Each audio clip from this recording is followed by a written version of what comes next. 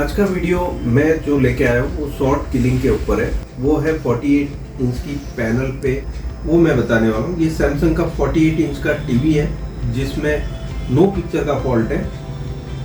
पहले हम cold test में आपको बता देते हैं कि कहाँ पर क्या गड़बड़ी है। यहाँ पर हम डायोड की रेंज ले लेते हैं। यहाँ आप देख सकते हैं ये डायोड की रेंज है, यहाँ पर डायोड का निशान बना हुआ और यहाँ पर अभी 0.0L बता रहा है, मतलब इन्फिनिटी बता रहा है ये, ठीक है, मतलब अभी ओपन स्टेट है इसका ये मीटर का रीडिंग।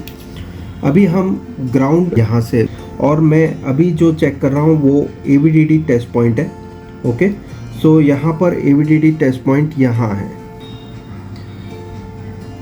ओके, सो यहाँ पर आप देख सकते हैं 0.031 ये रीडिंग शॉर्ट की रीडिंग होती है, ठीक है। सो रीडिंग कैसी आनी चाहिए दिखा देता हूँ। शॉर्टिंग कहाँ पर है वो भी मैं अभी बता देता हूँ आपको। FFC केबल को निकाल दिया है, यहाँ पर 0.396 की रीडिंग दे रहा है, ठीक है। सो ये ओके रीडिंग है। अब पहले कितना बता रहा था, जब हम इस केबल को लगा देते हैं, इस केबल को लगाने पर ये रीडिंग 0.031 की बता रहा है। ओके, निकालने पर 0.396 मतलब 0.4 के करीब। तो 0.0 जो बता रहा था वो शॉर्टिंग है। अब हम चेक करेंगे कि शॉर्टिंग इस तरफ है या इस PCB पे शॉर्टिंग है। शॉर्ट किलिंग मेथड में जो दिखा रहा हूँ आपको, देख सकते हैं 0.031 40 ओम्स की है, 53 ओम्स की है, ठीक है। यहाँ पर मैं DC पावर सप्लाई ले रहा हूँ जो कि 30 वोल्ट तक इसकी मैक्सिमम वोल्टेज रेंज है, ठीक है। यहाँ पर आप देख सकते हैं मैंने अभी 16.1 वोल्ट पे रखा हुआ है। ये 16 वोल्ट की लाइन है, मैंने 16 पे रखा हुआ है। करंट को सेंटर पे रखा हुआ है, ओके। और ये जो हाई लो की स्विच है इसे मैंने हाई की तरफ रखा हुआ है, बाहर की तरफ। सो LVDS केबल तो निकला हुआ है, इसकी मैक्सिमम 10 एम्पियर है। यहाँ पर आप देख सकते हैं 10A लिखा हुआ है, ओके। सो मैं करंट में मैंने मीटर को रख दिया है और ये जो आने वाला वोल्टेज है उसे मैं इस पे दूंगा लाल प्रोब पे, ठीक है। ये मैंने कनेक्ट कर दिया है। यहाँ पर आप देख सकते हैं 16 वोल्ट मेरे इस पॉइंट पे है ब्लैक प्रोब पे, ठीक है। अब मैं क्या करूँगा, यहाँ पर हमने अभी कोई भी सप्लाई नहीं कनेक्ट की है। यहाँ पर मदरबोर्ड से कोई भी सप्लाई पैनल में नहीं आ रही और करंट का यहाँ आप देख सकते हैं ये खुल चुका है खाना। अभी ये जो पॉइंट है प्लस वाला, इस पर मैं प्लस प्रोब लगा देता हूँ जो पावर सप्लाई से आ रही है। माइनस को यहाँ पर दे दूँगा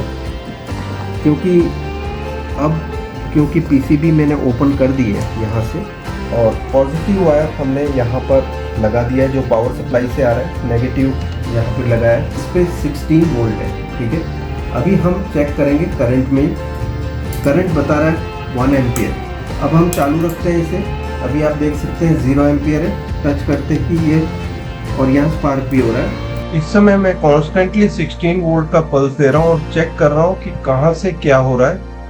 आप देख सकते हैं सेकंड लास्ट कॉफ से धुआं निकल रहा है, इसका मतलब ये वाली कॉफ जो है ये खराब है। यहाँ पर ये मैं कर रहा हूँ, इस जगह पे ये कॉफ गर्म हो रही है, ठीक है। यहाँ पर अब दिखा ये पॉइंट पे जो कॉफ IC पे, ठीक है। अब हम टच करते हैं दोबारा। यहाँ पर आप देख सकते हैं डॉट्स जो 2 दिख रहे हैं ये स्पार्क के हैं। मैं स्लो करके ये दिखा रहा हूँ आपको। इस समय पे मैं कॉन्स्टेंटली पल्स दे रहा हूँ 16 वोल्ट के। पल्स देने पे ही स्पार्क दिखता है, यहाँ पर आप देख सकते हैं। पल्स देने पे ही यहाँ देख सकते हैं आप टेम्परेचर राइज हो रहा है। अगर जो मैं कॉन्स्टेंटली रखूंगा तो ये टेम्परेचर राइज नहीं होगा, बिकॉज 16 वोल्ट ड्रॉप हो जाते हैं इस समय पर। कॉफ के ऊपर टेम्परेचर सूट करता है 50 से लेकर 60 डिग्री तक। अगर जो मैं पल्स देता रहता हूँ, डिफेक्टिव कॉफ को अब मैं निकाल रहा हूँ। यहाँ पर मैंने 350 डिग्री सेंटीग्रेड पे टेम्परेचर रखा हुआ है। स्टिक की मदद से मैं इस कॉफ को उठा लूंगा PCB पे। कॉफ निकालने के बाद यहाँ पर आप देख सकते हैं 0.355 की रीडिंग दे रहा है डायोड टेस्ट में। इसका मतलब सॉर्टिंग रिमूव हो चुकी है। जो कॉफ हमने अभी निकाली थी उसी के वजह से सॉर्टिंग थी। जो कि 54 ओम्स की थी। यहाँ पर आप देख सकते हैं 16.9 वोल्ट एबीसीडी वोल्टेज अब आ चुके हैं। यहाँ पर आप देख सकते हैं कि पिक्चर बन चुकी है और जिस एरिया में हमने कॉफ निकाली थी उसके वजह से ये जो दो पट्टे दिख रहे हैं, ये दो पट्टे कॉफ की वजह से है जो हमने अभी निकाली थी। ये है वो कॉफ जिसकी वजह से ये जो फॉल्ट था नो पिक्चर का, हमारी जो टिकॉन की डीसी टू डीसी वोल्टेज जो होते हैं बूस्ट सप्लाई, ये बंद हो रही थी।